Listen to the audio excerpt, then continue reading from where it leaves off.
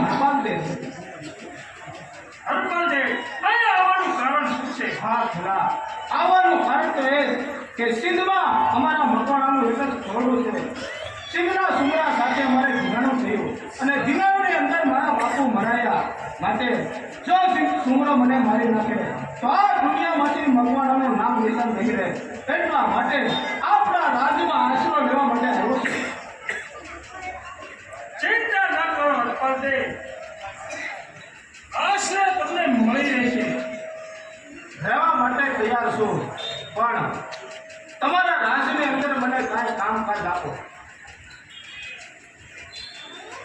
ચિંતા ન કરો હરપાલદેવ, ચિંતા સુંદરને ખુશી વળવામાં તાકાત તમારામાં છે. કારણ કે અમે દેવીસા ગામના રહીશું. મેં કદાચ ગયેલા તો રહેવા માટે તૈયાર છું, પરંતુ તમારા રાજ્યની અંદર મને કામ આપો. હરપાલદેવ, કામકાજ કંઈ કરવાનું નથી. ખાઓ પીવો ને મોજથી રહો. નહીં, જેના રાજનું લૂણ ખાતા હોય એની ફરજ બજાવવી જોઈએ. માટે તમારા રાજ્યની અંદર મને કામ આપો.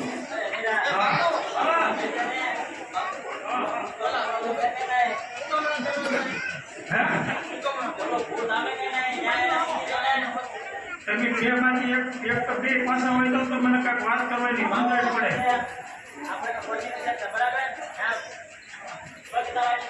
બોલ. હા બોલો આવે ને? હા પામતું હા ઈ કરવા જોઈએ હોય. બરાબર છે. તારી બુદ્ધિ એમ કામ કરે છે. કારણ કે આપણે બાબરો બહુ ખનડે છે અને હરપાલદેવ ને ખાઈ જાય તો ત્યાં આપણો પુત્ર છે. બરાબર છે. હા હરપાલદેવ, જો તમે કામ કરવાનું કહેતા હો તો હુકમનો દરવાજો છે, તેમનું તમારે સોંપી પડવું કરવાનું છે. ભલે ગ્રહણ ગયેલા મને મંજૂર છે. તમારા હુકમના દરવાજાનો સ્વાતી પણ હું કરીશ. હા અને હા હરપાલદેવ, મારી રજા સિવાય કોઈ અંદરનું બહાર ને બહારનું અંદર નહીં. બહુ સારું ગ્રહણ ગયેલા.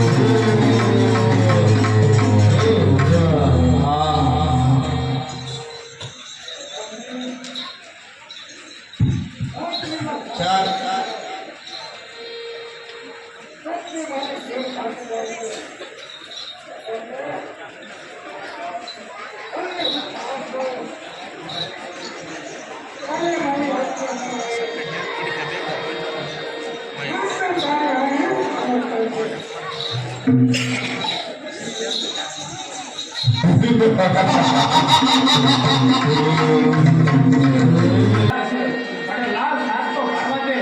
હું હરપાલને મતવાના જમવા માટે સાત કરું છું. કોઈ જમનાર હોય તો હાજર થાવ.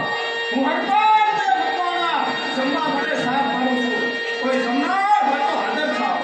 હા હરપાલ દેવ, હું ઘણા સમયથી ભૂખી છું. મને તમાર જો બાવળો શિકાર એમાંથી થોડુંક તમને આપો.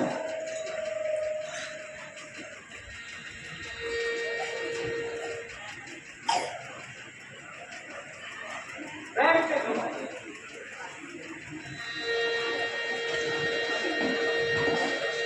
હા હરપાલ દેવ, હજી હું ભૂખી છું. મને પ્રેમથી તમાર જો બીજી વાર આપો.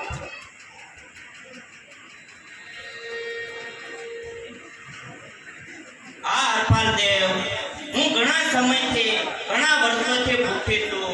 મને પ્રેમથી તમાર હા. જો જમવાનું છે એમાંથી હજી તમને આપું છું.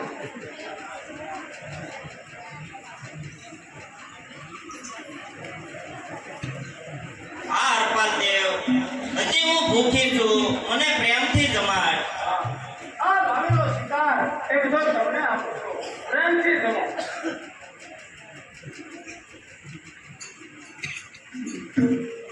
હા હરપાલ દેવ, હું ઘણા વર્ષોથી ભૂખી છું. મને પ્રેમથી તમાર જે મારી પાસે શિકાર હતો એ તો મેં તમને આપી દીધો. હવે મારે શું કરવું? જો જમનારને પ્રેમથી ન સંભાળું તો મારી ટેક લાગે. હવે મારે શું કરવું?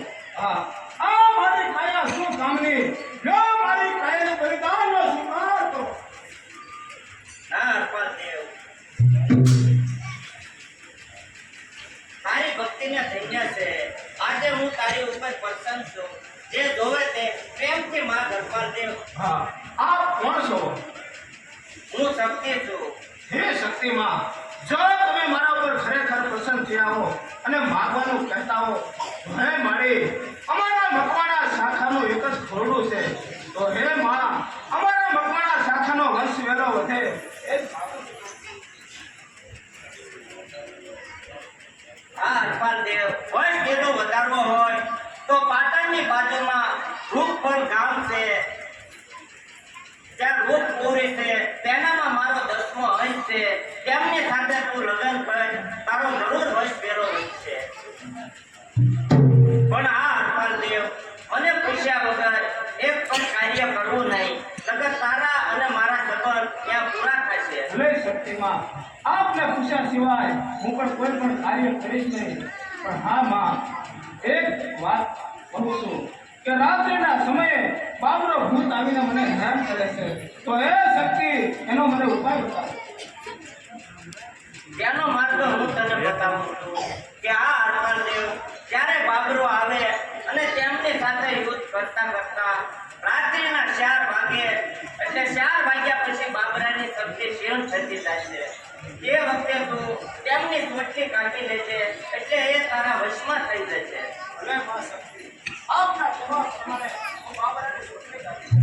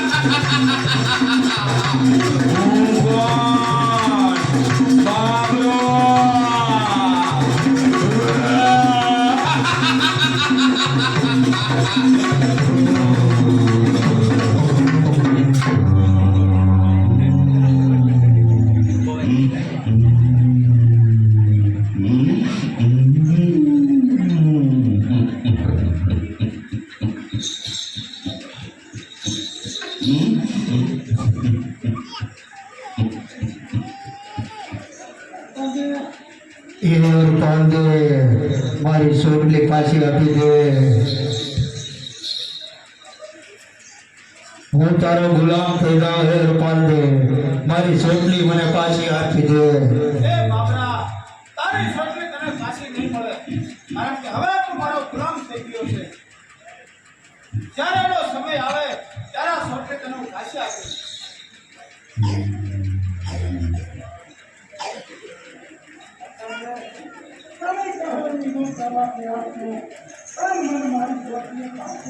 હે બાબરા, હવે તું મારા વશમાં થઈ ગયો છે. હવે હું જેમ કહું તેમ તારે કરવાનું છે. જ્યારે હું બોલાવું ત્યારે તારે હાજર થવાનું છે. આ બાબરા તું થઈ શકાય.